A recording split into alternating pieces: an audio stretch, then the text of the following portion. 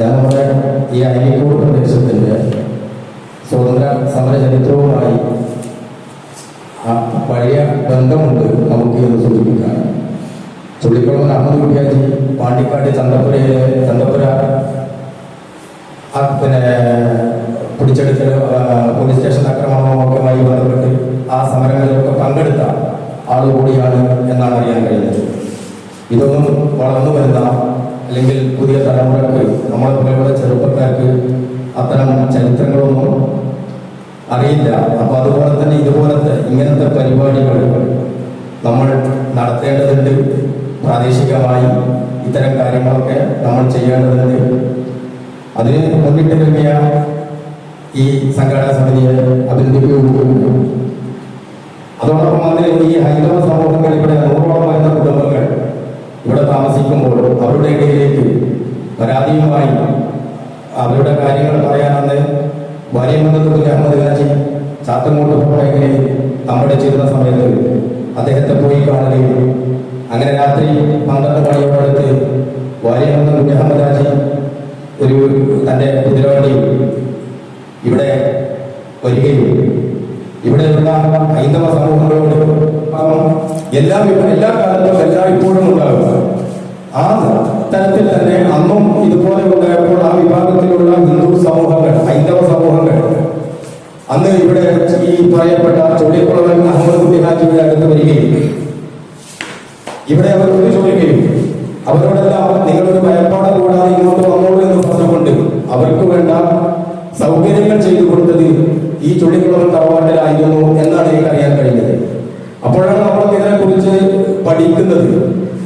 കാരണം അത്രമാത്രം മത സൗഹാർദ്ദത്തോടെ സാഹോദര്യത്തോടുകൂടി നമ്മുടെ അടുത്ത പ്രദേശത്ത് തന്നെ ഉണ്ടായിരുന്നു എന്നുള്ളത് നമ്മൾ മനസ്സിലാക്കുമ്പോഴാണ് ചരിത്രത്തെ വളച്ചൊടിക്കുന്ന അല്ലെങ്കിൽ രാഷ്ട്രീയ ലാഭങ്ങൾക്ക് വേണ്ടി പലരും പലരുടെയും ഇച്ഛാശങ്ങളുടെ പ്രത്യേകതയോട് താല്പര്യമുള്ള ആളുകളൊക്കെ പങ്കെടുപ്പിച്ചുകൊണ്ട് ജനപ്രതിനിധികളിൽ പൊതുപ്രവർത്തകർക്ക് പങ്കെടുപ്പിച്ചുകൊണ്ട് പരിപാടി നടത്താം എന്നുള്ള പ്ലാനിങ്ങുകളുണ്ട്. അതുകൾ നടക്കും. അതിലുള്ള എല്ലാ സഹകരണങ്ങളും പ്രതീക്ഷിക്കുന്നു.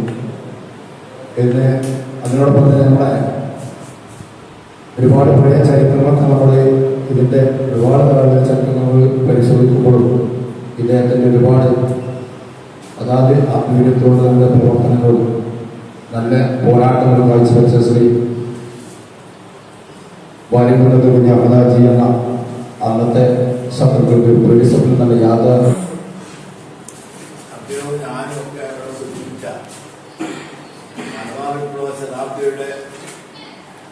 അനുസ്മരണ സമ്മേളനവും ദേശീയ സെമിനാറും ഒക്കെ നടത്തുന്നതിന് വേണ്ടി രൂപീകരിച്ചപ്പോൾ പ്രവർത്തിക്കുന്ന കോവിഡ് മഹാമാരിയുടെ ഭയത്തിൽ പങ്കെടുക്കാൻ വേണ്ടി മന്ത്രിമാരൊക്കെ പരിപാടി നിർത്തിവെക്കാൻ ആവശ്യപ്പെട്ടതുകൊണ്ട് ഉള്ള നേതാക്കൾ ആ സംഘാടക സമിതിയുടെ chairman working chairman AK Faisal, മറ്റ് പ്രിയപ്പെട്ട വേദിയിരിക്കുന്ന സുഹൃത്തുക്കളെ, ഞാനിവിടെ സംസാരിക്കുന്നത് വളരെ ആവേശത്തിലാണ്. കാരണം അബ്രഹാം ലിങ്കൻ ശാന്തസമൂഹത്തോട് പ്രസംഗിച്ചുകൊണ്ടാണ് പ്രസംഗം പഠിച്ചതെന്ന് കേട്ടു. ലോകപ്രശസ്തനായ അമേരിക്കൻ പ്രസിഡന്റ് എന്നതുപോലെ മലബാർ വിപ്ലവത്തിന്റെ ശിലാകേന്ദ്രമാണ് അനിക്കോട്, നമ്മളിരിക്കുന്ന സ്ഥലം. പക്ഷെ പുതിയ തലമുറയിൽ മലബാർ വിപ്ലവവും അനിക്കോടും തമ്മിലുള്ള ബന്ധം എന്താണെന്ന് ചോദിച്ചാൽ കടലും കടലാടിയും തമ്മിലുള്ള ബന്ധമാണ്, വെള്ളിയും വെള്ളിക്കൂലും തമ്മിലുള്ള ബന്ധമാണ്. പഴയ കാലത്ത് വെള്ളിക്കൂലും വെള്ളിയിട്ട് ഒരു ബന്ധമില്ലാത്തൊരു ഉപകരണം എന്ന പോലെയാണ്. അതുകൊണ്ട് തന്നെ ആ പ്രദേശത്തെ ഇപ്പോൾ നിങ്ങളെ കേൾക്കുന്ന ലോകത്തിലെ മലബാർ വിപ്ലവം എന്ന് പറയുമ്പോൾ ആര്യകുന്നത്ത് നടത്തിയ ലോകത്തിലെ നമ്മൾ പറയാ ഫ്രഞ്ച് വിപ്ലവ സ്കൂൾ പഠിച്ചിട്ടുണ്ട്. നമ്മുടെ മുഖ്യ മാസികൻ മാസ്റ്റർ കൂടി ആയിരുന്നു. അതുകൊണ്ട് സർക്കാർ ചെലവിൽ തന്നെ റഷ്യൻ വിപ്ലവം, ചൈന ചൈനീസ് വിപ്ലവവും ഫ്രഞ്ച് വിപ്ലവമൊക്കെ പഠിപ്പിക്കാൻ നമ്മുടെ സ്കൂളിലെ സിലബസിൽ ഉണ്ട്. പക്ഷെ ആ വിപ്ലവത്തെക്കാളും ഒക്കെ മഹത്തായ ഒരു വിപ്ലവമാണ് മലബാർ വിപ്ലവം എന്ന ചരിത്ര സത്യം സാമ്രാജ്യത്വ അനുകൂല ചരിത്രകാരന്മാരുടെ വിവരവും നിരൂപവുമായ ചരിത്ര രചനയുടെ ഫലമായി ഇവിടെ നഷ്ടപ്പെട്ടിരിക്കുകയാണ്. അതാണ് സത്യത്തിൽ മലബാർ വിപ്ലവം എന്ന് നമ്മൾ ഇന്ന് അനുസ്മരണം നടത്തുന്ന ഈ വിപ്ലവ നായകൻ നടത്തിയ വിപ്ലവം ഫ്രഞ്ച് വിപ്ലവത്തെക്കാൾ, റഷ്യൻ വിപ്ലവത്തെക്കാൾ, ചൈനീസ് വിപ്ലവത്തെക്കാൾ വലിയ വിപ്ലവമാണ് എന്ന് ഒരു ചരിത്ര വിധിയായി ഞാൻ പറഞ്ഞാൽ വിശ്വസിക്കാൻ നിങ്ങൾ തയ്യാറല്ല. കാരണം അങ്ങനെയൊന്നും ഇല്ലാന്നാണ്. കാരണം കേട്ടിട്ടില്ല, മനസ്സിലാക്കിയിട്ടില്ല. ഞാൻ പറഞ്ഞല്ലോ, മലബാർ വിപ്ലവം നമ്മളും തമ്മിലുള്ള ബന്ധം കടലും കടലാടിയും നമ്മളുടെ ബന്ധമാണ്. വെള്ളിയും വെള്ളിക്കോലും നമ്മുടെ ബന്ധമാണ്. നമുക്ക് അത് ആരും പറഞ്ഞു തന്നിട്ടില്ല. നമ്മുടെ പ്രിയപ്പെട്ട സഖാവ് കാസിമിന്റെ ഇത് വല്യപ്പ അവറാൻ, ചൂണ്ടിയെപ്പറ്റ അവറാൻ, അതുപോലെ തന്നെ ഒറ്റയിൽ ഉണ്ണിയാലി, ഇവര് ഉൾപ്പെടെയുള്ള ആളുകൾ ഈ പാലം ഇവിടെ നേരത്തെ വയസ്സ് സൂചിപ്പിച്ച കാക്കത്തോട് പാലം പൊളിച്ചാൽ പോയ അവരെ കുറ്റപത്രം ഞാൻ വായിച്ചിട്ടുണ്ട്.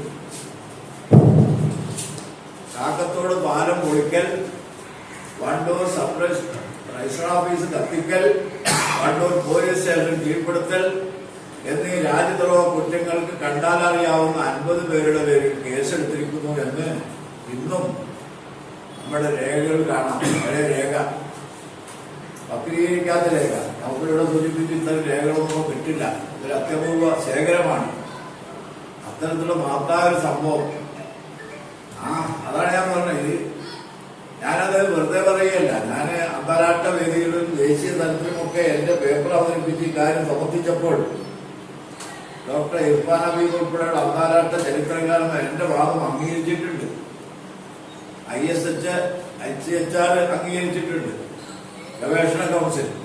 അന്ന് ഞാൻ പറഞ്ഞത് ഈ ഫ്രഞ്ച് വിപ്ലവത്തെക്കാൾ, റഷ്യൻ വിപ്ലവത്തെക്കാൾ, ചൈനീസ് വിപ്ലവത്തെക്കാൾ മഹത്തായ വിപ്ലവമാണ് മലബാർ വിപ്ലവം. അതിനേക്കാളൊക്കെ ഗൗരവമുള്ളതാണെന്ന് വ്ളാദിമിർ ലെനിൻ,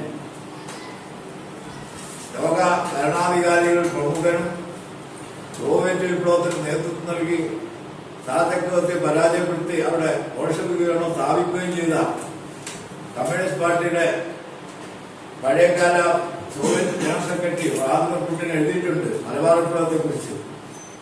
1922 ഓഗസ്റ്റ് 28, 29, 30 തീയതികളിൽ മോസ്കോയിൽ ചേർന്ന communist party Congress, Soviet communist party Congress, അന്ന് ലോകത്തിലെ ഏറ്റവും വലിയ കമ്മ്യൂണിസ്റ്റ് രാജ്യമാണ് സോവിയറ്റ് റഷ്യ. അദ്ദേഹത്തിന്റെ പ്രസംഗം നിങ്ങൾക്ക് ഈസിയായിട്ടുള്ള വായിക്കാൻ കഴിയും. അദ്ദേഹം മലബാർ വിപ്ലവത്തെ കുറിച്ച് പറഞ്ഞിട്ടുണ്ട്. അദ്ദേഹത്തിന്റെ സഖാക്കളോട് പാർട്ടി കോൺഗ്രസ് വാര്യകുന്നത്തിനും മലബാർ വിപ്ലവകാരികൾക്കും ആദരാഞ്ജലി തുടങ്ങി അദ്ദേഹത്തിന്റെ അധ്യക്ഷ പ്രസംഗത്തിൽ അദ്ദേഹം പറഞ്ഞു, സഖാക്കളെ നമ്മൾ നേരിട്ടത് ചക്രവർത്തിയോടാണ്. ചക്രവർത്തി എന്ന് പറയുന്ന റഷ്യയിലെ ചെറിയൊരു നാട്ടുരാജ്യം, ഒരു രാജാവാണ്. പക്ഷെ വാര്യകുന്നൻ നേരിട്ടതും വിജയിച്ചതും ആട്ടിയോടിച്ചതും ഭരണം സ്ഥാപിച്ചതും ഭരണം നടത്തിയതുമായ മലബാർ, ആ മലബാർ സൂര്യതസ്തമിക്കാത്ത ബ്രിട്ടീഷ് സാമ്രാജ്യത്തിൽ നിന്ന് വിളിച്ചെടുത്തതാണ്. സൂര്യതസ്തമിക്കാത്ത എന്ന് പറഞ്ഞാൽ ഇപ്പൊ പകലും രാത്രി പകലും, ഇപ്പൊ രാത്രിയില്ല, മൊത്തം ലോകം, ആ ലോകത്തിലെ വലിയ അധിപൻ. ആ സാമ്രാജ്യത്തോട് പോരാടിയാണ് വാര്യകുന്നത്ത് കുഞ്ഞാമദാജി മലബാർ സ്വയംഭരണ വിപ്ലവ സർക്കാർ, മലയാള രാജ്യം ഗവൺമെന്റ് രൂപീകരിച്ചത്. അതുകൊണ്ട് നമ്മുടെ വിജയം, നമ്മുടെ ഈ റഷ്യൻ വിജയം ഇതിന്റെ 1000 ഇരട്ടി പ്രാധാന്യമുള്ളതാണ് വാര്യകുന്നത്ത് നടത്തിയ മലബാർ വിപ്ലവം എന്ന് ലെനിൻ പാർട്ടി കോൺഗ്രസ് പ്രസംഗിക്കാതെ ഇപ്പോഴും വായനക്കാർക്ക് സോവിയറ്റ് കമ്മ്യൂണിസ്റ്റ് പാർട്ടിയുടെ ചരിത്ര പുസ്തകങ്ങൾ നോക്കിയാൽ കാണാൻ കഴിയും. പ്രഭാകർ കൗസൽ പ്രസിദ്ധീകരിച്ചിട്ടുണ്ട്. മാവോയും അതേപോലെ ഫ്രഞ്ചിലും ലൂയി 14 ഏറ്റുമുട്ടിയത്. വാര്യകുന്നം നമ്മുടെ പൂർവികർ ഏറ്റുമുട്ടിയത് കാക്കത്തോട് പാലം പൊളിക്കാൻ അവറാക്കിയും അതുപോലെ കൊറ്റയിൽ അതിലും ഒക്കെ പോകുമ്പോൾ അവർ ഏറ്റുമുട്ടിയ സൂര്യാസ്തമിക്കാത്ത ബ്രിട്ടീഷ് സാമ്രാജ്യത്തോടാണ്. അതാണ് ഈ വിപ്ലവത്തിന്റെ പ്രാധാന്യം. അതുകൊണ്ട് തന്നെയാണ് ലോകം മുഴുവൻ വാര്യംകുന്നത്തിനെ അനുസ്മരിക്കുന്നത്. മഹാനായ വിപ്ലവകാരി എന്നുള്ളതിനെ അദ്ദേഹത്തെ ആദരിക്കുന്നത് ആ വാര്യംകുന്നത്തിന്റെ പ്രവർത്തന മേഖലയാണ് ഇവിടെ. ഇവിടെ നമ്മുടെ ഈ വേദിക്ക് സ്വാതന്ത്ര്യം പറഞ്ഞുകൊണ്ട് ആ സമയം പോകുന്നുള്ളവർ പറയുന്നില്ല. ചുള്ളിക്കുളവനാമൂർത്തി, ആനിക്കോട്ടിലെ ആട്ടുമുക്കനും പൗരപ്രധാനും വണ്ടൂര് അന്ന് പോലീസ് സ്റ്റേഷൻ 21 ഈ ഭാഗത്ത് നിന്ന് വണ്ടൂർ പോലീസ് സ്റ്റേഷനിൽ പോകുന്നതിന് മുമ്പ് അദ്ദേഹത്തിന്റെ അടുത്താണ് പരാതി വരിക. അദ്ദേഹം പരിഹരിക്കാൻ കഴിയാത്ത കാര്യങ്ങളെ പോലീസ് പോകും. അത്ര വലിയ ജനസ്വാധീനം ഉണ്ടായിരുന്ന ആളാണ് ചുള്ളിക്കുളവനാമൂർത്തി. മരാഠിടത്തിൽ ഇവിടെ ഇരിക്കുന്ന രഫിയുടെ പിതാമഹൻ. അവരുടെ തലമുറ ഇപ്പോഴും ഇവിടെ ഉണ്ട്. മലബാർ വിപ്ലവത്തെ കുറിച്ച് ഏറ്റവും പ്രധാനപ്പെട്ട പരാതി എന്താ? ഹിന്ദുക്കളെ കൊന്നു, ഹിന്ദുക്കളെ മതമാറ്റി, ഹിന്ദുക്കളെ കൊള്ള ചെയ്തു. അത് വാര്യംകുന്നനെ നടത്തി എന്നതാണ് ചെറിയൊരു വിഭാഗത്തിലെ ഇപ്പോഴത്തെയും പ്രചരണം. ഈ പ്രചരണത്തിന് വക്താക്കൾ സംഘപരിവാർ ചില പ്രത്യേകതകളോട് താല്പര്യമുള്ള ആളുകളൊക്കെ പങ്കെടുപ്പിച്ചുകൊണ്ട് ജനപ്രതിനിധികളിൽ പൊതുപ്രവർത്തകർക്ക് പങ്കെടുപ്പിച്ചുകൊണ്ട് നല്ല പരിപാടി നടത്താം എന്നുള്ള പ്ലാനിങ്ങിലുണ്ട്. അതുകൾ നടക്കും. അതിലുള്ള എല്ലാ സഹകരണങ്ങളും പ്രതീക്ഷിക്കും. പിന്നെ അതിനോടൊപ്പം തന്നെ നമ്മുടെ ഒരുപാട് പഴയ ചരിത്രങ്ങളൊക്കെ നമ്മൾ ഇതിൻ്റെ ഒരുപാട് പഴയ ചരിത്രങ്ങൾ പരിശോധിക്കുമ്പോഴും ഇദ്ദേഹത്തിൻ്റെ ഒരുപാട് അതാത് ആത്മീയത്തോട് നല്ല പ്രവർത്തനങ്ങളും നല്ല പോരാട്ടങ്ങളും കാഴ്ചവെച്ച ശ്രീ വാര്യംകുന്നത്ത് കുഞ്ഞ് അമലാജി എന്ന അന്നത്തെ ശത്രുക്കൾക്ക് പേടി സ്വപ്നം നല്ല പേടി സ്വപ്നത്തിന്റെ യാഥാർത്ഥ്യമാക്കി നടത്തിയ ഇദ്ദേഹത്തിന്റെ ദിനാചരണം കൊണ്ടാണ് നമുക്ക് എല്ലാവരും കഴിഞ്ഞത് വളരെ ഭാഗ്യമുണ്ടാകുന്നുണ്ട്.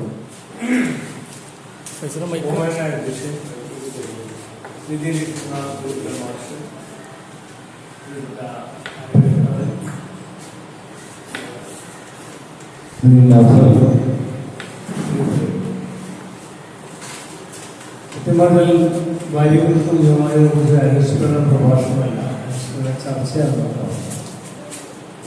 നമുക്കറിയാം,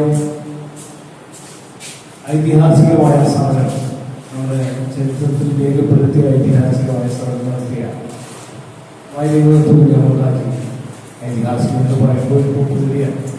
അപ്പം ഐതിഹാസികം എല്ലാത്തിനും ചെറിയ പന്തലുണ്ടെങ്കിലും ഒരു ഐതിഹാസികമായ പന്തലിന്നൊക്കെ പറയുമ്പോൾ ഐതിഹാസികത്തിൻ്റെ പ്രസിദ്ധിയിലൊക്കെ പറയാം. ഐതിഹാസികമായ സാധനം നടത്തിയ വാര്യംകുന്നത്തും നമ്മുടെ കാലങ്ങളോളം ഒരു 19-23 വർഷത്തോളം ആളുകൾ മറന്നതുപോലെയാണ്. ഇപ്പോൾ ഈ സോഷ്യൽ മീഡിയ സജീവമായപ്പോൾ പുതിയ ജനറേഷൻ അത് കുറച്ചുകൂടി താല്പര്യം ഉണ്ടായപ്പോൾ അത് ഒന്നുകൂടി ഉയർന്നു വന്നു പലയിടത്തും. അതുകൊണ്ടാണ് നമ്മുടെ ഈ ഫോട്ടോ കണ്ടെത്താൻ സാധിച്ചതൊക്കെ പുതിയ ചരിത്ര അന്വേഷണത്തിന്റെ സാമർഥ്യം കൊണ്ടാണ്. അതിന് നമ്മൾ അവരെ അഭിനന്ദിക്കുകയാണ്. കാരണം ഇന്നത്തെ ഒരുപാട് സോഷ്യൽ മീഡിയയിലൂടെ നമ്മുടെ രാജ്യത്ത് പല കാര്യങ്ങളും പുനരാവിഷ്കരിച്ചപ്പോൾ നമ്മുടെ വാര്യംകുന്നത്തിലെ ചരിത്രവും ജനങ്ങൾ കൂടുതലാണ്. നമുക്കറിയാം, 1921 കഴിഞ്ഞിട്ട് 13 വർഷമായി നമ്മുടെ ഈ അയനിക്കോടും നമ്മുടെ ഈ പ്രദേശവും ഒക്കെ നമ്മൾ ആലോചിച്ച് നോക്കും. അന്നത്തെ കാലഘട്ടം ഞാൻ തന്നെ ഒരു 10-25 വർഷം മുമ്പ് നമ്മുടെ അൽബാനിയെ പറയും. അന്നാണ് എനിക്ക് അതിനെക്കുറിച്ച് ബോധമുണ്ടായത്. ഞാനതിനെ കുറിച്ച് ശ്രദ്ധിച്ചതും അതുകൊണ്ട് പഠിക്കാൻ ശ്രമിച്ചതും ആ കാര്യത്തിലൊക്കെ ഞാൻ നമ്മുടെ പ്രിയപ്പെട്ട അരുവി നമ്മളെ വളരെയധികം സഹായിച്ചുള്ള ഓരോ കാര്യങ്ങൾ വഴി ആ കാലഘട്ടം മുതൽ എന്ത് പറയുമ്പോൾ അദ്ദേഹത്തിൻ്റെ കൂടെ ഈ വാക്ക് ആര്യംകുന്നത്ത് കുഞ്ഞോളാജി ഉണ്ടാവും. അങ്ങനെ അന്വേഷിച്ചിട്ടുള്ള കാര്യങ്ങൾ അന്വേഷിക്കുന്ന ഒരാളെന്ന് നിലനിർത്തിയത്. ഇന്നത്തെ പരിപാടി ഇവിടെ നടക്കുന്ന പാണ്ടിക്കാട് പരിപാടി നമ്മുടെ അജിത് കോളാടിയെ സംസാരിക്കാൻ വേണ്ടി ക്ഷണിച്ചത്. പക്ഷേ ഈ കോവിഡ് മഹാമാരി കൊണ്ട് അതിന് സാധിച്ചു. അങ്ങനെ പാണ്ടിക്കാടിന് പ്രത്യേകത പാണ്ടിക്കാട് യുദ്ധം നടത്തുന്നതാണ്. പാണ്ടിക്കാട് യുദ്ധം എന്ന് പറഞ്ഞാൽ ഇപ്പോഴത്തെ ബസ് സ്റ്റാൻഡ് പഞ്ചായത്ത് ഓഫീസൊക്കെ അവിടെയായിരുന്നു പാണ്ടിക്കാട് ബസ് സ്റ്റാൻഡ്. ആ ബസ് സ്റ്റാൻഡിൽ വെച്ച് യുദ്ധം നടക്കുന്നതിന് തലേ 2 ദിവസം മുമ്പാണ് പാണ്ഡ്യാട് നാരായണൻ നമ്പീശിന്റെ വളരാട് പാണ്ഡ്യാട് നാരായണൻ നമ്പീശിന്റെ വീട്ടിൽ വെച്ചാണ് ഇതിനുള്ള പ്രവർത്തനം ആരംഭിച്ചുള്ളത്. അവിടെ പാണ്ഡ്യാട് നാരായണൻ നമ്പീശനും ഉണ്ണികൃഷ്ണൻ നമ്പീശനും വിഷ്ണു നമ്പൂരി വാര്യത്ത് കുഞ്ഞാമാശി പൂന്താനം വിഷ്ണു നമ്പൂരി അങ്ങനെ അവരെല്ലാവരും കൂടിയിട്ടാണ് ഇതിന് പ്ലാൻ ചെയ്തത്. അവര്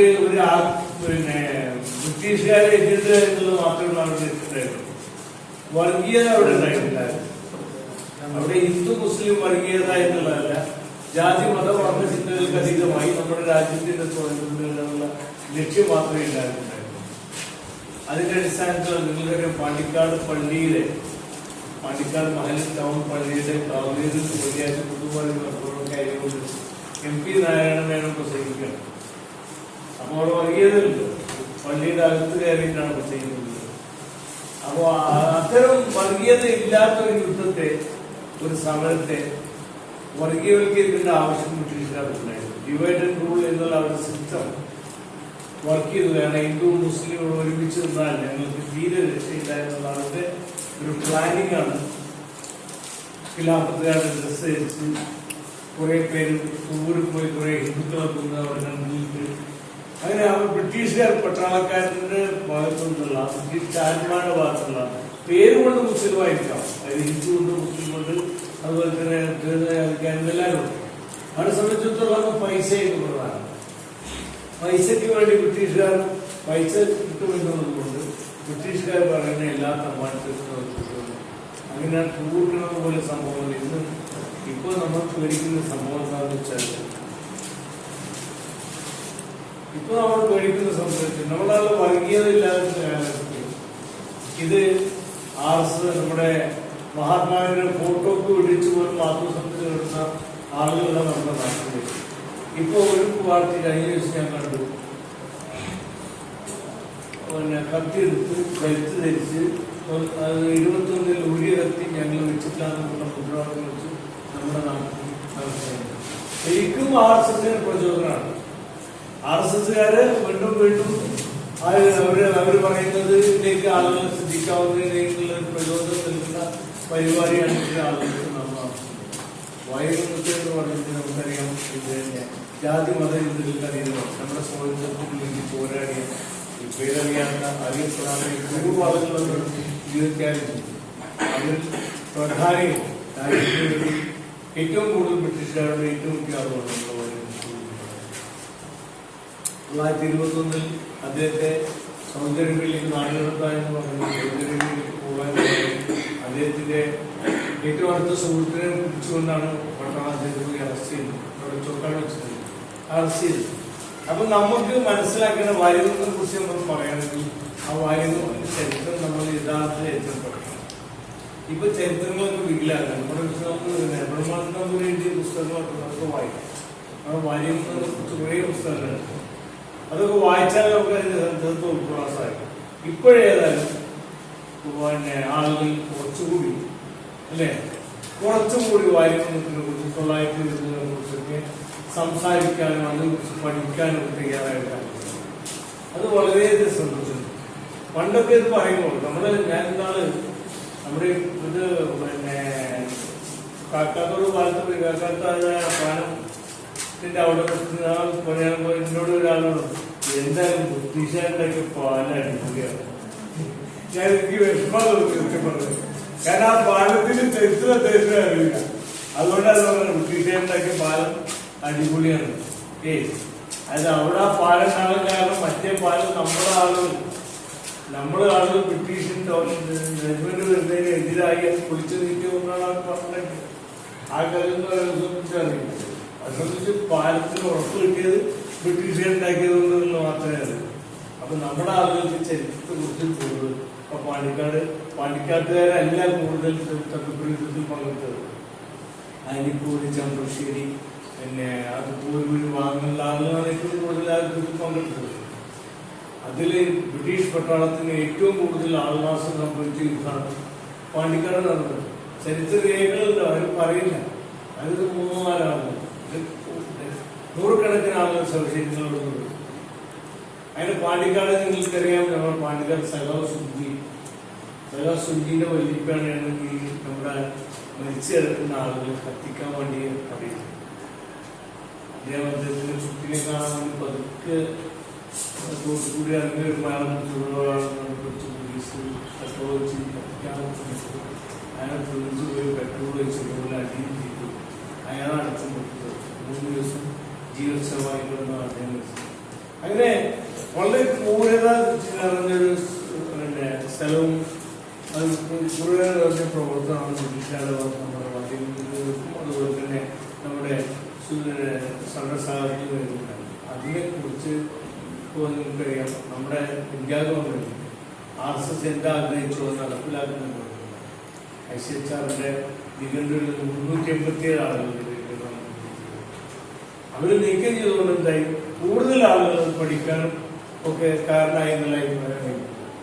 കാരണം എന്തുകൊണ്ട് നീക്കം ചെയ്തുള്ള ആളുകൾ പഠിക്കാൻ കാരണം അതല്ലെങ്കിൽ അത് നിഘണ്ടുവിനെ കുറിച്ച് ചർച്ച ചെയ്യില്ല, ആരും വായിക്കില്ല. ഇപ്പോൾ വായനകളെ കുറിച്ച് ആളുകൾ സംസാരിക്കുന്നുണ്ട്, ആളുകളെ കുറിച്ച് പഠിക്കുന്നുണ്ട്. ഇത് നല്ലൊരു കാലഘട്ടത്തിനെ കുറിച്ചാണ്. കാരണം രാജ്യത്തിന് വേണ്ടി യുദ്ധം ചെയ്ത് മരിച്ച ആളുകൾ നമുക്കൊക്കെ വേണ്ടി ഇത് നമ്മളൊക്കെ വലിയ സാമൂഹ്യം പറയുന്ന ആളുകൾ അന്നത്തെ കാലഘട്ടം ആലോചിച്ചു. പ്രയാസപ്പെട്ട ജനങ്ങൾ, എത്ര പ്രയാസപ്പെട്ട ജനങ്ങളാണ്, ഭക്ഷണം പോലും ഇല്ലാത്ത ജനങ്ങളാണ് രാജ്യത്തിനോട് യുദ്ധം ചെയ്യാറുള്ളത്. അതൊരു കാലമാണ്, അതിനെ നമ്മൾ ഓർമ്മിക്കണം, അതിനെ നമ്മൾ നമിക്കണം. അത്തരം ഒരു കാലഘട്ടത്തിൽ വീഴ്ച കാര്യങ്ങൾക്ക് എല്ലാ പ്രണാമവും അർപ്പിച്ചുകൊണ്ട് ഞാൻ അവസരത്തിന്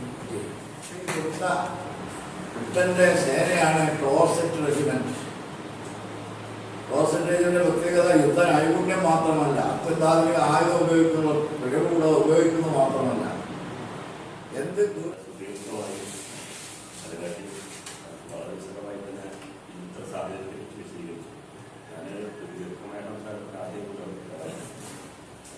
പനി കഴിഞ്ഞപ്പോൾ ബീച്ചിലുണ്ട് കാഴ്ച കഴിയാത്ത സ്ഥിതി. എന്തായാലും ഒരു അവസാനം നോക്കാവുന്ന ഇന്ന് ഏറ്റവും കൂടുതൽ ഇത് ചർച്ചാ വിഷയമാവാൻ കാരണം ഈ ICHR-ന്റെ പ്രവർത്തനം. ഒന്ന് 100ാം വാർഷികമാണ് ഇതുണ്ട്. പക്ഷെ 100ാം വാർഷികത്തിന്റെ ആലോചനയും ചർച്ചയ്ക്കും കൂടുതൽ ബലം കിട്ടിയത്, അല്ലെങ്കിൽ അത് കൂടുതൽ ജനശ്രദ്ധ ആകർഷിക്കാൻ കഴിയുന്നത് ഈ ഒരു കേന്ദ്ര സർക്കാരിന്റെ ഒരു നൈപുണ്യാണ്. വളരെ കൃത്യമായി അജണ്ട നടപ്പാക്കുന്നതിന്റെ ഭാഗമായി തന്നെയാണ് അവരുടെ നടപടിയിലേക്ക് ചരിത്ര ഗവേഷണ കൗൺസിൽ നീങ്ങിയത്. നമ്മളൊക്കെ നേരത്തെ വളരെ വിശദമായി പറഞ്ഞു, ഞാൻ ആവർത്തിക്കുന്നു. മറ്റു പൊതുവരെ ഇതിനെക്കുറിച്ചുള്ള ചർച്ചകൾ സമൂഹത്തിൽ ധാരാളം നടന്നുകൊണ്ട് അതും വിശദമായി സംസാരിക്കുന്നത് ഞാൻ ആഗ്രഹിക്കുന്നു. ഒരു കാര്യം ഒന്നെണ്ണ അനുഭവങ്ങൾ എനിക്കും ഇങ്ങനെ ഇതുപോലെ പറഞ്ഞു കേട്ട അനുഭവങ്ങൾ. അന്ന് ഈ ചർച്ച വരുമ്പോൾ പരിപാടിയുടെ ആളുകൾ അല്ലെങ്കിൽ ഇതിനെ ICHR-ന്റെ നടപടിയെ ന്യായീകരിക്കുന്നതിനോടൊക്കെ പറയുന്ന ചില പ്രയോഗങ്ങൾ, വിദ്യാഭ്യാസ അടക്കം നാടുവിട്ട് പോയില്ലേ, മലബാർ കലാപത്തിനെ പഠിച്ചത് നാടുവിട്ട് പോയില്ലേ വിദ്യാഭ്യാസത്തിന്റെ ആത്മകഥ വായിച്ചാൽ വിദ്യാഭ്യാസം എന്നാണ് നാടുവിട്ട് പോയത്. വിദ്യാഭ്യാസ വയസ്സ് 6 ഇതേ കുട്ടിക്കാലത്ത് ഇതിന്റെ പ്രചരണം ശരിയാണ്. കലാപക്കാര് ലഹളക്കാര് അതിനാണ് ഭാഷ. ലഹളക്കാര് വരുന്നുണ്ട്, അതുകൊണ്ട് തൽക്കാലം മാറി നിൽക്കുന്നതാണ് നല്ലത് എന്ന് അവിടെ എല്ലാം നയസഭ നിർദ്ദേശിക്കുന്നതിന്റെ ഭാഗമായി അമ്മയുടെ ഒരു വീട് തിരിഞ്ഞാറക്കണം, അവിടേക്കാണ് താമസമാണ്. അപ്പൊ ഈ വീട് കാവൽ നിൽക്കുന്ന ഇതൊക്കെയല്ല, പ്രായമാർക്കല്ല, അവിടുത്തെ മുസ്ലിം സഹോദരന്മാരാണ്. അവിടെ മൊയ്തി എന്ന് പറയുന്ന ആളാണ് ഏതായാലും മുസ്ലിം സഹോദരങ്ങളാണ് വീട്ടിൽ താമസിക്കുന്നത്, പോയി വരുന്നവരെയാണ് വീട് സംരക്ഷിക്കുന്നത്. അവരുടെ പ്രശ്നമുണ്ട്. അപ്പോ വളരെ ബോധപൂർവ്വം ഇത്തരത്തിലുള്ള ആശങ്ക ഇന്ന് ജനങ്ങൾക്കിടയിൽ പ്രചരിപ്പിക്കുന്നതിന് അന്നത്തെ ബ്രിട്ടീഷ് ഭരണാധികാരികൾ ശ്രമിച്ചിട്ടുണ്ട്. കാരണം അവർ പ്രതീക്ഷിക്കാത്ത ഒരു സമരം ആണ് അന്ന് നടപ്പാക്കുന്നത്. വരികുന്ന 2 തരത്തിലാണ് സമരം. അത് ഒന്ന് ഗാന്ധിജിയുടെ സഹകരണ പ്രസ്ഥാനത്തിന്റെ ഭാഗമായി വന്നിട്ടുള്ള ഖിലാഫത്ത് പ്രസ്ഥാനതയുടെ സമരം. അതിനോട് അനുബന്ധമായി ഇവിടെ ഈ മലബാർ മേഖലയിൽ കൂടുതൽ ദൃശ്യമായി വന്നത് ജന്മിത്വത്തിനെതിരായ പോരാട്ടം ചെയ്തു. ജന്മിത്വത്തിനെതിരായ കുടിയാന്മാരുടെ, അതായത് എല്ലാ ജന്മിമാർക്കെതിരെയല്ല. അപ്പോൾ ചില വീടുകളിൽ ചില അക്രമങ്ങൾ നടന്നിട്ടുണ്ടെങ്കിൽ നോക്കി അറിയാം, അത് പരിശോധിക്കുമ്പോൾ അറിയാം. കുടിയാന്മാരോട് വളരെ മോശപ്പെട്ട രീതിയിൽ പെരുമാറുന്നതിന് ആ ഒരു ദേഷ്യം അങ്ങനെയുണ്ടല്ലോ. അച്ചാട്ടിൽ കൂടെ നമ്മളെ നീങ്ങുന്ന മാതിരി ആ എല്ലായിടത്തും കലാപം നടക്കുമ്പോൾ ചില ആളുകൾ അത് നിലനിൽക്കുന്നുണ്ട്. വിമാന കലാപങ്ങളപ്പോൾ അതിന്ന് സാധനങ്ങൾ മോഷ്ടിക്കുന്ന ആളുകളുണ്ട്. അതുപോലെ ചില ആളുകൾ ഇതിനകത്തുണ്ടായിട്ടുണ്ട്. അവരവരുടെ വൈരാഗ്യം തീർത്തിട്ടുണ്ട് ഇതിന്റെ ചെലവിൽ. അതിനെയാണ് എന്ത് ചെയ്തത് വല്ലാതെ ഹൈലൈറ്റ് ചെയ്തിട്ട് ഇതാണ് ഈ നാട്ടിൽ നടക്കുന്നത് എന്ന രൂപത്തിൽ പ്രചരിപ്പിക്കുന്ന സ്ഥിതി ഉണ്ടായിരുന്നു. പക്ഷെ അടിസ്ഥാനപരമായി ആദ്യം തൊട്ട് അവസാനം വരെ ഇതിന് നേതൃത്വം കൊടുത്തത് അതിൽ 95% ആളുകൾ ചെയ്തത് ഈ രണ്ട് സമരമുഖങ്ങളാണ്. ബ്രിട്ടീഷ് സാമ്രാജ്യത്വത്തിനെതിരായും ജന്മിത്വത്തിനെതിരായ പോരാട്ടമാണ് ഈ സമരത്തിൽ നടന്നത് എന്ന് വളരെ വസ്തുനിഷ്ഠമായി ഇന്നത്തെ ചരിത്രമായിരുന്നു പറയുന്നത്. ഈ രണ്ട് സാമ്രാജ്യത്തിൽ ഈ ബ്രിട്ടീഷുകാർക്ക് എതിരുകൊടുക്കാം. ബ്രിട്ടീഷുകാരെ സഹായിച്ചത് ആരാണ്? അന്നത്തെ ജന്മിമാരാണ്. അപ്പൊ ഈ സാമ്രാജ്യത്വവും ജന്മിത്വവും ഒരുമിച്ച് നിൽക്കുമ്പോൾ ആ പോരാട്ടം സ്വാഭാവികമായിട്ട് ഒന്നിച്ചു വരും. അതാണ് നമ്മൾ നടന്നിട്ടുള്ള ഒരു സംഭവം. അപ്പൊ ഇതിനെതിരെയുള്ള പോരാട്ടം എന്ന രൂപത്തിലാണ് ആ സമരം വന്നിട്ടുള്ളത്. അതിന് നേതൃത്വം കൊടുത്തു എന്നുള്ളതാണ് ഇവർക്കൊക്കെ എതിരെയുള്ള അന്നത്തെ ഏറ്റവും വലിയ കുറ്റപത്രം. അതിനെ വേറൊരു തരത്തിൽ ചിത്രീകരിച്ച് ഇതിനെ ഒറ്റപ്പെടുത്താനുള്ള ശ്രമമാണ് അന്നുണ്ടായി. ഇന്നും നടന്നുകൊണ്ടിരിക്കുന്നത് തന്നെയാണ്. ഇന്നും തരംതിരിക്കുകയാണ്. നമ്മളെ അന്ന് തുടങ്ങി വെച്ച ബ്രിട്ടീഷുകാർ എടുത്തിട്ട വിത്ത് ഇപ്പോഴും നമുക്കറിയാം. ഏത് തെരഞ്ഞെടുപ്പ് വന്നാലും പല സമയത്തും ഭരണാധികാരികൾ ഉപയോഗിക്കുന്നത് ഈ ഭിന്നിപ്പിക്കൽ തന്നെയാണ്. മനുഷ്യന്റെ കാതലായ വിഷയങ്ങളിൽ നിന്ന് ശ്രദ്ധ തിരിച്ചുവിട്ട് തൽക്കാലം അധികാരം നേടുന്നതിന് വേണ്ടി എന്തെങ്കിലും ചില വൈകാരിക വിഷയങ്ങൾ എടുത്തിട്ടുള്ള അധികാരം അതിന് ഏറ്റവും എളുപ്പം ഉപയോഗിക്കാവുന്നതാണ് മതവിശ്വാസം തന്നെയാണ്. മറ്റ് രാഷ്ട്രീയ കാര്യങ്ങൾക്കും ഒക്കെ അതീതമായി ഏറ്റവും എളുപ്പം വൈകാരികമായി മനുഷ്യനെ സ്വാധീനിക്കാൻ കഴിയുന്നത് മതവിഷയങ്ങളാണ്. അപ്പൊ അത് ഉപയോഗിച്ചുകൊണ്ട് അധികാരത്തിലെത്താൻ കഴിയുന്ന പല ശക്തികളും ശ്രമിച്ചുകൊണ്ടിരിക്കും. ഇതിനെ തന്നെ രണ്ടു തരത്തിൽ ഈ വിഷയത്തിൽ തന്നെ മതേതരമായി കാണുന്നവരുണ്ട്, മറിച്ച് കാണുന്നവരുണ്ട്. പക്ഷെ നമ്മൾ മനുഷ്യരെന്ന രൂപത്തിൽ, മലയാളി എന്ന രൂപത്തിൽ, മലബാര രൂപത്തിൽ നമ്മളുടെ ചരിത്രപരമായി വസ്തുത പരിശോധിക്കുമ്പോൾ നമുക്ക് കണ്ടെത്താൻ കഴിയുന്നത് ഇത് വളരെ കൃത്യമായ ദേശീയ പ്രസ്ഥാനത്തിന്റെ ഭാഗം. ദേശീയ പ്രസ്ഥാനം എന്ന് പറഞ്ഞാൽ തന്നെ വലിയൊരു ഇന്ത്യ എന്ന് പറയുന്ന കൺസെപ്റ്റും ഇന്ത്യയുടെ ഏറ്റവും വലിയ ഒരു മതനിരപേക്ഷ മുഖവും അതാണ് ഭരണഘടനയിലേക്ക് പകർന്നു വരുന്നത്. ആ ഒരു കാഴ്ചപ്പാട് ഈ ദേശീയ പ്രസ്ഥാനത്തിന്റെ ഭാഗമായി വരുന്നത്. ദേശീയ പ്രസ്ഥാനത്തിന്റെ ഒരു പ്രൊഡക്റ്റാണ് ഈ മതനിരപേക്ഷത. കാരണം എല്ലാ വിഭാഗത്തിൽപ്പെട്ട ജാതി മത ഭാഷ വ്യത്യാസമില്ലാതെ, ദേശ വ്യത്യാസമില്ലാതെ ഇന്ത്യക്കാരൻ്റെ ഒരു വികാരം എന്നാണ് ദേശീയ പ്രസ്ഥാനത്തിന്റെ പ്രൊഡക്റ്റ്. അതിന്റെ ഭാഗമാണ് ഭരണഘടനയിലേക്ക് വരുന്നത്.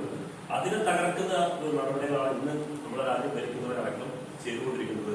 അതിന് മുതലെടുക്കാൻ കഴിയുമെന്നാണ് ശ്രമിച്ചുകൊണ്ടിരിക്കുന്നത്. നമ്മൾ ഇന്ത്യക്കാരെന്ന നിലയ്ക്ക്, മലയാളി എന്ന നിലയ്ക്കും, മലബാറുകാർ എന്ന നിലയ്ക്കും നമ്മളൊക്കെ ഉയർത്തിപ്പിടിക്കുന്ന മനുഷ്യരെന്ന രൂപത്തിൽ നമ്മൾ ഉയർത്തിപ്പിടിക്കുന്നത് ഈ മതനിരപേക്ഷയും ദേശീയതയും തന്നെയാണ്. അപ്പൊ ആ രൂപത്തിലേക്ക് ഇതിന്റെ കാര്യങ്ങൾ കാണാനും അതിനനുസരിച്ച പ്രവർത്തനങ്ങൾ നമ്മളാരുടെ കയ്യിൽ പ്രവർത്തിക്കാനുമാണ് ഇത്തരത്തിലുള്ള അനുസരണ യോഗങ്ങളും പ്രവർത്തനങ്ങളിലും ഈ പ്രഭാഷണങ്ങളും ഒക്കെ നമ്മുടെ ലക്ഷ്യം അതായിരിക്കണം. അപ്പോഴാണ് നമ്മളെ ലക്ഷ്യത്തിൽ ഇതിൻ്റെ വിഭജിച്ചിരിക്കുന്നതിനായിരിക്കും കൂട്ടായ്മയുടെ ഒരു അർത്ഥം പൂർണ്ണമാവുക. അതിനെല്ലാവരും ശ്രമിക്കണം എന്ന് മാത്രം പറഞ്ഞുകൊണ്ടിനാണ് എൻ്റെ ചുരുങ്ങിയ വാർത്തകൾ അവസാനിപ്പിക്കുന്നത്. ഒരു മണിക്കൂറായുമായി ദീർഘമായി നമ്മുടെ ചരിത്രങ്ങൾ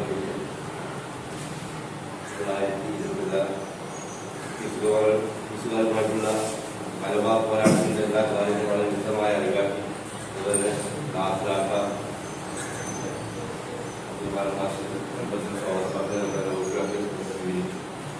അപ്പോൾ ഇനിയും കൂടുതൽ കാര്യങ്ങളും പറയേണ്ട ആവശ്യമില്ല. പറയാനുള്ള ഒറ്റ കാര്യങ്ങളും ഈ ചരിത്രത്തെ നമ്മൾ തൽക്കാലം കൈമാറിക്കൊണ്ട് മുന്നോട്ട് പോകാനുള്ള മനസ്സിൽ എല്ലാവരും കാണിക്കണം. ഇത് ഇവിടെ നിർത്തലാക്കാൻ വിഭാഗം ശ്രമിക്കുമ്പോൾ അതിനെ എതിർത്ത് നമുക്ക് ഈ ചരിത്രം തലമുറകൾ പകർത്തിക്കൊണ്ട് മുന്നോട്ട് കൊണ്ടുപോകണം.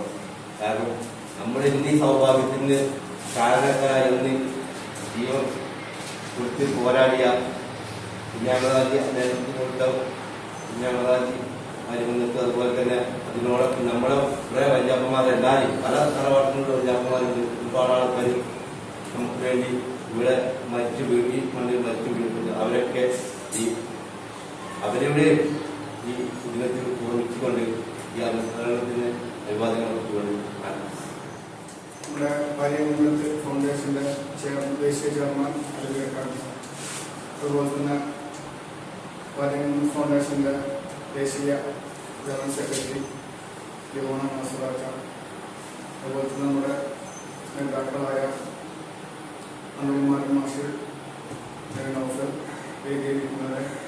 ദീർഘമായ ഒരു പ്രഭാഷണം കേട്ടിട്ടുള്ള ഒരു ആലസ്യത്തിലാണ് നമ്മൾ പ്രഭാഷണം ഇതിൽ കാര്യമില്ല. കാരണം അത് മാത്രമല്ല, നമ്മളെ സംബന്ധിച്ചിടത്തോളം ഇപ്പൊ ഈ നസ്രാകാലത്ത് പറഞ്ഞ പോലെ നമ്മളൊക്കെ ഇപ്പോ സജീവമായിട്ട് കേട്ട് തുടങ്ങിയത് ഇപ്പൊ അടുത്ത കാലത്താണ് ഈ വിഷയങ്ങൾ.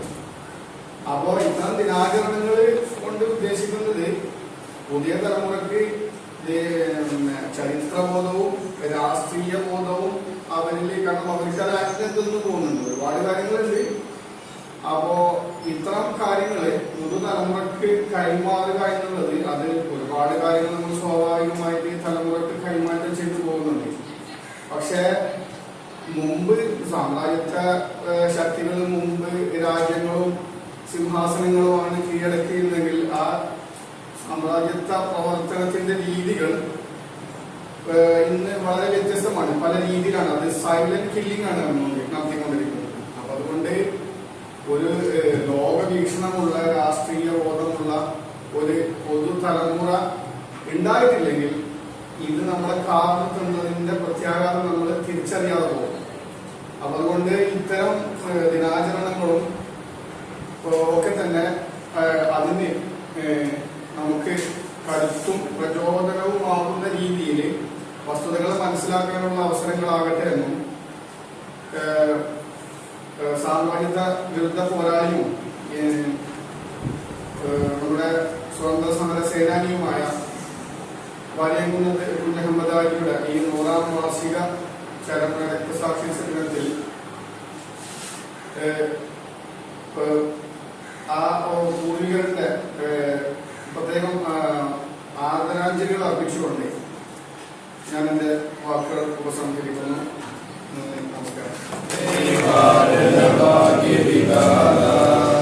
പഞ്ചാബ്, സിന്ധ്, ഗുജറാത്ത്, മറാഠ, രാവില, ഉൽക്കല, ബംഗ, ഇന്ത്യ, ഹിമാചല, യമുന, ഗംഗ, ഉജ്ജല ജലധി തരംഗ, തവ ശുഭ നാമേ ജാഹേ, തവ ശുഭ ഹാസേ അമാഹേ, ജനമേ ജനമംഗളമാർഗ, ജയ ഹേ ഭാരത ഭാഗ്യ വിധാത, ജയ ഹേ ജയ